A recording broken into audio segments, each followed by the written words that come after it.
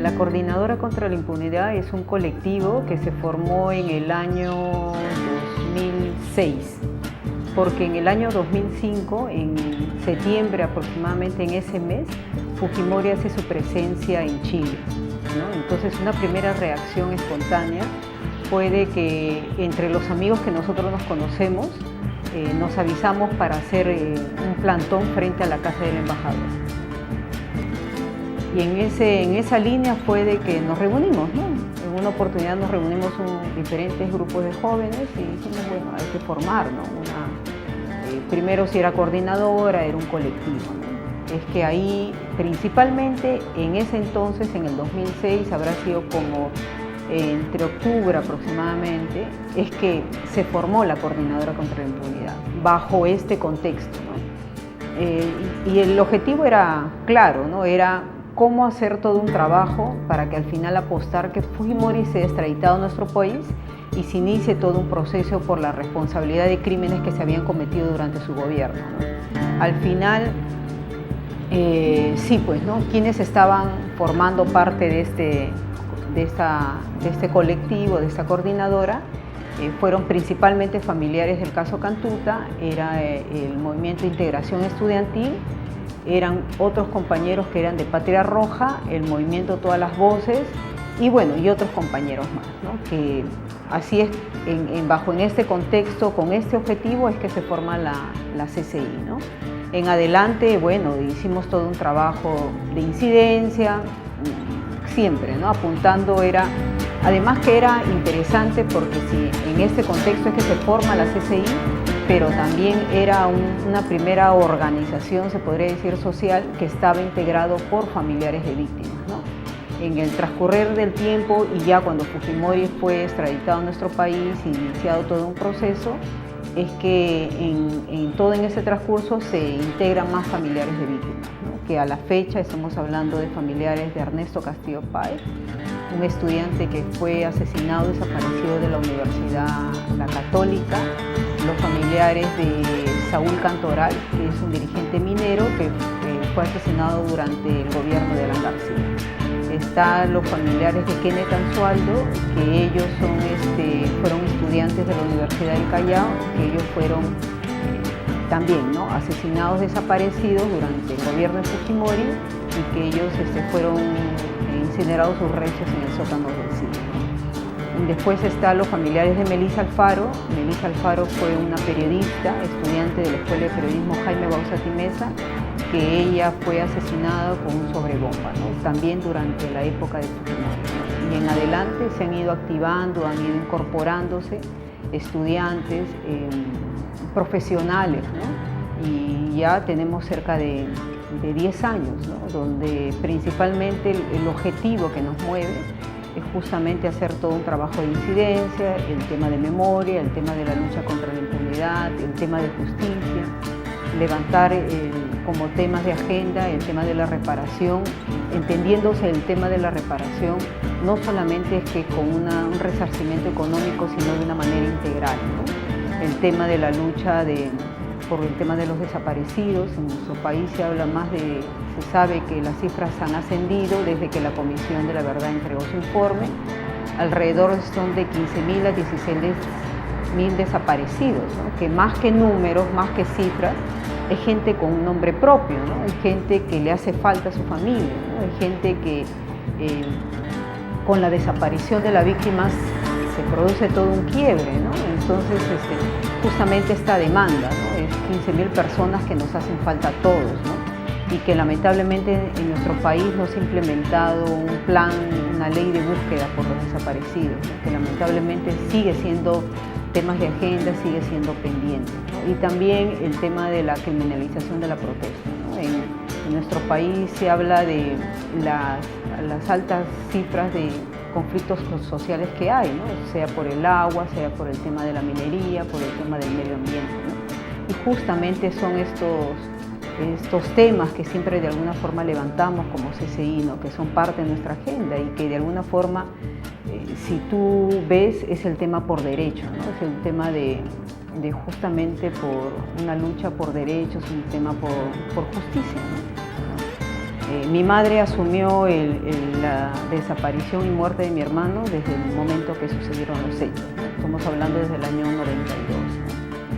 Yo en diferentes oportunidades, no de manera activa, le empecé a acompañar, ¿no? A diferentes diligencias, sea a la fiscalía, ¿no? Cuando ella daba su testimonio, o por último alguna manifestación pública, una marcha, un plantón, a una vigilia, un acto cultural o un acto de homenaje cuando se conmemoraba un año más de los estudiantes, ¿no? En algún momento sí, yo de cerca he vivido, porque de alguna forma vivía con mi madre, ¿no? Vivía muy de cerca de cómo le había golpeado la desaparición de mi hermano. Y en algún momento te empiezas tú a cuestionar, ¿no? O sea, si realmente esa lucha solamente debe ser emprendida por su madre. Y a mí no me parecía correcto, de alguna forma sí tenía un cargo de conciencia porque, bueno, mi hermano siempre ha sido una persona sumamente importante en mi vida, ¿no? Para mí y para mis hermanos. Y la forma de demostrarle la importancia, el cariño, lo que significa la pérdida de un familiar en estas circunstancias, es que yo decido asumir, ¿no? O sea, no es porque me ha pedido mi madre, sino que yo decido asumir, porque era justamente que era levantar otras voces, ¿no? Que era sumamente como familiar asumir una gran responsabilidad, ¿no? No solamente por el tema familiar, sino realmente por un tema de memoria, por un tema de levantar esas voces que en realidad lo que había pasado con tu familia era algo injusto, y la manifestación propia es denunciándolo, ¿no? Pero bueno, todo lo que yo de alguna forma he hecho en mi vida siempre ha tenido un motor fundamental, mi hermano. Siempre ha sido la razón, siempre ha sido un reencontrarme con él, una renovación de compromiso, es el cariño. Mi hermano dejó proyectos inconclusos, ¿no? Mi hermano, un muchacho de 25 años con todo un proyecto de vida, ¿no?